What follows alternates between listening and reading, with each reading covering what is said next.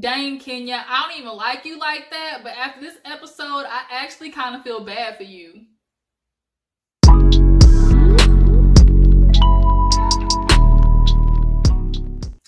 What's up, everybody? Your girl Gigi is back. I have been gone for a minute, about a week now. I went on vacation. I posted on my little community page to you guys that I would be missing last week, but we are finally back, and we got to talk about Real Housewives of Atlanta, okay? Because Kenya basically gave us the nitty-gritty and all the behind-the-scenes tea of what has really been going on with her in the oh-so-perfect relationship, because the way she was pointing out all the faults in everybody else's relationship, like, dang, Kenya, like, I don't want to be saying what everybody else is saying on the internet. You know that karma be coming back around, but they know, you know what they say, like, what you put out with other people is going to come back to you twofold.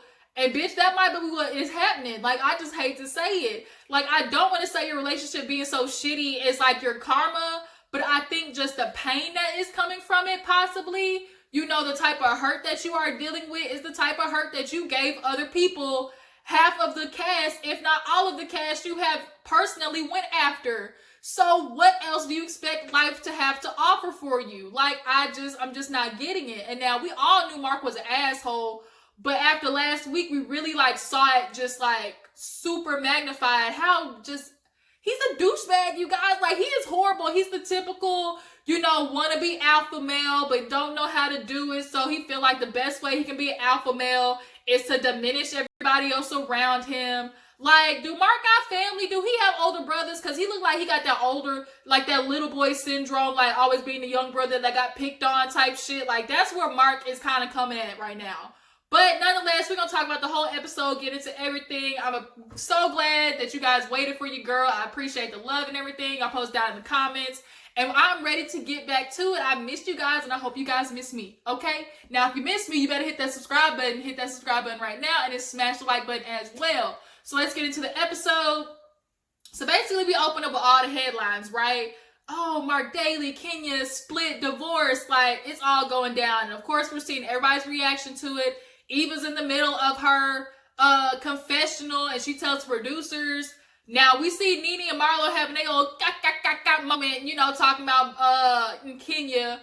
You know, Marlo trying to be messy, talking about, let's call Kandi. You know, she got the tea. And then Nene wants to sit there and play like, oh, you know, I sympathize for her even though we don't get along. And it's like, Nene, you and Marlo are reveling in this girl's downfall in her relationship. Not to say that the bitch kind of don't deserve some of the stuff that's coming back to her, but as far as a relationship goes, like, it's very unfortunate to see when somebody thinks that they have found the love of their life and they have been putting on a facade the whole time. And then on top of that, we get into more details that Marc been cheating. I mean, which we all kind of knew that. We knew that nigga Marc was cheating. I knew that nigga was cheating when she called him on the phone talking about, oh, babe, you coming back in a couple of days? And he hung up talking about, I'll get back to you and let you know. Like, nigga, that's your wife. What you mean you get back to her and let her know when you coming back home? Like, when he said that, I was like, oh, no, this nigga cheating. So, but nonetheless, Kandi and Cynthia, because she's not answering the phone, they decide to do, you know, friends do, pull up on her, check on her. They outside, and Cynthia's like, dang, Kandi, can you believe it? And Candy's like, look, I done seen both sides to Marc, where he's super happy, loving on Kenya, and then the other half is like, he's a douchebag. He's the egotistical, narcissistic asshole, basically. And Cynthia was saying that, you know, some of the stuff that Kenya has told her, like, she would have been gone. She would have been out of there, okay? She would have been, you know, packed her bags up and gone. But, you know, they want to be there for Kenya, so they go inside. They're like, you here? She's like, come on up. I'm up here. You know, as you can tell, she been distraught, okay? So then they go upstairs, Kenya crying, wiping tears off her face, and she kind of gets into everything and what happened at the charity event. Now, Marc, you was a bold mother, okay? Because for you to sit there and tell Kenya that you didn't even want her there anyways, when that heifer had to dress you, literally do the whole freaking charity event, and then you want to say she didn't need to be there? Nigga, wouldn't nobody be recording your charity event had Kenya not been there? Are you dumb? Like, Remy Ma's situation, like, are you dumb? Like, I can't believe Marc had the mitigating gall to sit there and do that to Kenya. And then she was like, he got so bad, the Uber driver even told him to get out. Now, she said he has never, like, physically put his hands on her, But I do think the energy that Marc gives off when nobody is looking is probably something a lot more dangerous, which is the threat. And when somebody is just outright a beater, that's what they are. Like, you just are always going to be on pins and needles when the next time they're going to put their hands on you. But for Marc, his thing is his words. He tears Kenya's down she says he goes for the jugular. Now, as far as the Uber situation, do I think Kenya was just, hush, quiet as a mouse? I don't think so, because from what we all know of Kenya, when it comes to, lashing out with her tongue, bitch is lethal sometimes. And so we all remember Matt. He came up to Kenya and was like, you told me to come over so we can have sex in the back of your car. So, like, Kenya definitely has some ways that are a little, two-faced, and we all know she likes to poke. But regardless, she does not deserve any type of mental abuse, verbal abuse, nor physical abuse. She says she's been in abusive relationships in the past, and Marc sometimes gives her, like, PTSD in those moments. And so Kandi and Cynthia hearing all this, like, that nigga really did not tell you shouldn't have came.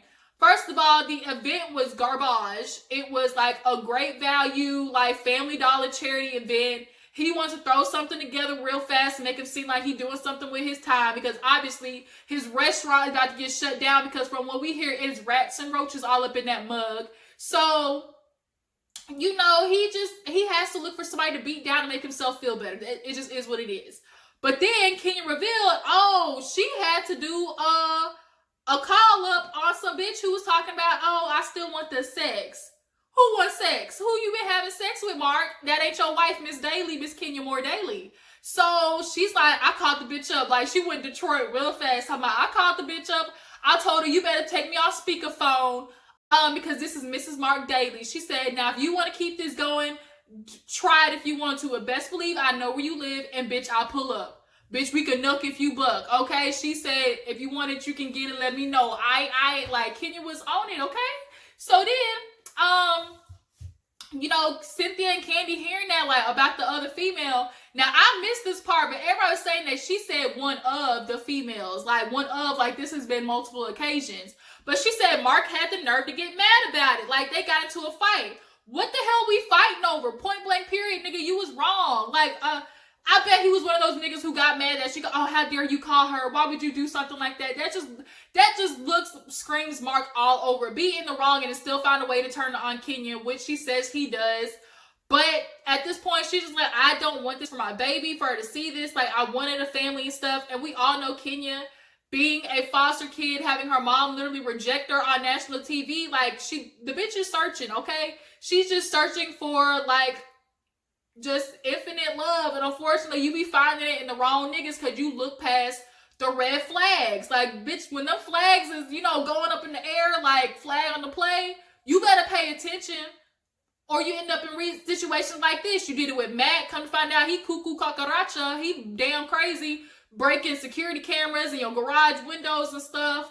Like, you can't do that. And I'm just gonna assume, like, Marc just looks like a selfish lover at that too. He only worried about getting his, his little bust in. He don't be worried about the females. Like, he just looks like that type of dude to, like, have sex and then roll over, like, and just, like, don't give you no after orgasm affection, that AOA. That's what it's called, but he just is foul, y'all. So she's questioning whether she wants to go to, Greece. She's like, look, these bitches are nasty. They have been waiting to, get at me and just laugh at me. I mean, bitch, it's true. Like, you do it to other people, so why aren't you going to expect people to do it to you? Not that it's right, but bitch, Kenya, look, we ain't going to sit here and ignore the shit that you've been doing to other people. That's what we not going to do. Like, have you not remember the past seasons, bitch? You was going ham on all these females. So, unfortunately, it's your time on the goddamn, the struggle bus. It's your turn. So, they're saying, no, please go, please go. But she's like, I don't know if I want to. I don't want to put myself in that situation. Cool, whatever. So, then, we see the moment. I think this is when they all end up packing for Greece. Everybody's showing up at the airport. And Kandi is talking to the rest of the girls, because Marlo, Nene, Portia, all them show up first. Now, Portia showed up with PJ, right? Now, PJ, y'all. Y'all, that made me look like Dennis. I ain't trying to y'all, okay, y'all know what I'm trying. The baby looked like Dennis. That's all I'm saying. That's all I'm gonna say. The baby looked like Dennis, and she was looking like, what the hell am I doing over here trying to go to Greece? Like, PJ was not having it. But then, Kenya ends up bringing her baby too. Like, both Portia and Kenya gonna have to look at they niggas for the rest of their life, because them babies is spit images of the man. Like, it ain't even funny. But, Candy's sitting there looking at Marlo and Nene, because they, of course, want to talk about it. Marlo was trying to be messy, calling her. She's like, girl, Kandi, I called you. She's like, I know, but I know you was only calling, trying to be messy and be shady and get the tea, and I'm not going to do it. Now, if there's anything Kandi has definitely been, it has been super loyal to specifically Kenya. People feel like she has not really called her out on her BS that she has done to people. She has kind of been riding the fence. She's kind of turned into a Cynthia, where like she never takes a hard stance when it comes to situations. They try to straddle the fence. And some people don't like that, especially Nene. She's voiced that on the internet, that she knows she's kind of gotten tired of Kandi, not checking Kenya. But nonetheless, that's her road dog. So she's telling Marlo, like, bitch, you sitting here reveling in somebody's grief that I ain't gonna have for her. I honestly don't think Kandi fucks with Marlo like that. Because the way she was talking about her in her confessional, like, it looks like Kandi literally just tolerates Marlo. But Nene killed me, y'all. She said, oh, really? She said, we not supposed to talk about it, but I bet this bitch thinks twice about what she did to Tanya, showing up with the cookie bitch. Time for your wake-up call, bitch. Wake up. I was like, damn, Nene, I don't even fuck with you like that, but damn, you was so right. Like, the turnaround of that, the mitigated, like, it's just so crazy how you was going for Tanya and having a woman who was involved with Paul. I mean, Tanya, as much as you want to try to deny it, that Paul was flirting with that chick. He just was. Like, it is what it is. But if you want to work on a relationship, then do that. But Kenya was absolutely wrong. Somebody should have hopped the table on that bitch. Had it been me. But she did it to Tanya, because we all know Tanya ain't really died a battle like that. So, for Nene to say, like, bitch, it's your wake-up call because you sitting here doing that to her, but then you got a woman texting your man. So you know how that shit feels. And for you to sit there and try to rub it in Tanya's face, like, bitch, you wrong. But Kenya was like, look, Marlo, like, can you wait? Can you not talk about it all the way? She's like, I don't know if I'm going to be able to do that. I was like, Marlo wants to just jab at Kenya so bad. That bitch is salty after that whole second line ban that came and took control of her wig event. Like, I don't think Marlo is ever going to forget that. So then, Kenya actually ends up going on a separate flight, but landing the same time as them. And hold up, we need to give it up for Paul pulling up in this goddamn matte black, fancy ass car to drop Tanya off. Like, Tanya and Paul, like, them niggas is rolling in some dough, okay? But they always look so happy together, which is probably what pissed Kenya off the most and what made her want to go after Tanya in her relationship. But everybody lands. Kenya ends up getting on the bus after she had talked to Kandi and, some of the other girls. She said, I brought Brooklyn. I'm not going to let this stop me. I'm going to try to have fun. She gets on the bus. You can tell everybody's kind of feeling this situation out. They're trying to not mention it right away. So they talk about the rooms and how they're going to be getting the rooms. And, of course, it's some little shady games and everything. I mean, it was kind of entertaining. It was definitely different. But Portia's like, bitch, what happened to the days where we just ran and jumped on the bed and whoever got there first was it? Like, that's how I feel sometimes. Like, it ain't always got to be no extraness to the damn rooms. Y'all bunch of bougie bitches. If y'all don't take your ass to a room and go to sleep anyways, it's not like y'all gonna be in there most of the day. So, shit, like, what the hell is wrong with y'all needing these bougie-ass rooms y'all not even gonna be in? But, nonetheless, they're on the bus, and then Cynthia's like, look, bitch, I need my own room because I got some things I need to talk about with Mike. So Marlo's like, bitch, you mean faux sex? Yes, Cynthia mean faux sex. She trying to diddle the skittles. She trying to scratch the DJ. We all know what Cynthia was trying to say. She's talking about she want to play with that meow on camera. She wants to play with that cat on camera for Mike, y'all. Cynthia nasty ass. So Marlo's talking about, ooh, we gonna hear her moaning. I was like, because Cynthia and Mike don't get to see each other all the time. So she feel like she want to put that cat on camera. That's going to be a new thing, cat on camera. She going to do that. So she going to show Mike a little bit of that meow meow. That meow. So they all get there. They sit down, do little games, whatever. They eat the food. That's one room. Nene ended up taking off her makeup for a room. That was kind of like cool to see her actually deface herself. And she actually looked okay under the makeup.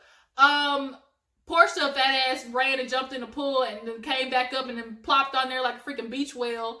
But it was a cool, funny way to see them do the rooms. So they're having dinner at 8 o'clock. Now, before dinner, Cynthia runs to Nene and says, look, girl, I know you and Kenya ain't in the best spot, but just try and give her some type of advice. You've been through it. Nene's like, bitch, I'm gonna have to dig down real deep under this wig to pull out some advice for her, but I might try. You know, I'll do it if I need to, or if I feel the spirit to, if God uplifts my aura to do that and do so. So they go to, they're waiting, and Kenya's the last person to show up, so of course they're talking about it.